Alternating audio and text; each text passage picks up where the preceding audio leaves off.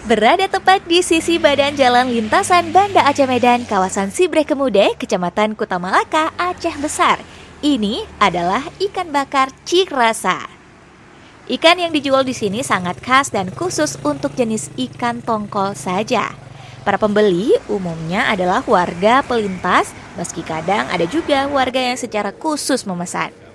Harga yang dibanderol pun bervariasi, mulai dari Rp25.000 hingga Rp35.000 tergantung ukuran ikan.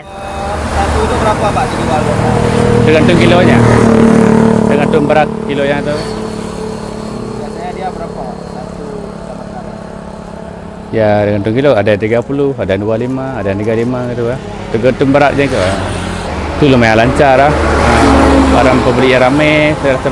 Itu sama pandemi udah sepi pembelian. Ikan bakar di sini biasa mendapat permintaan cukup banyak saat bulan Ramadan. Namun sebaliknya, di masa pandemi, permintaan ikan Cirasa menurun drastis. Teguh Afak, Kia Rizky melaporkan untuk Aceh Info.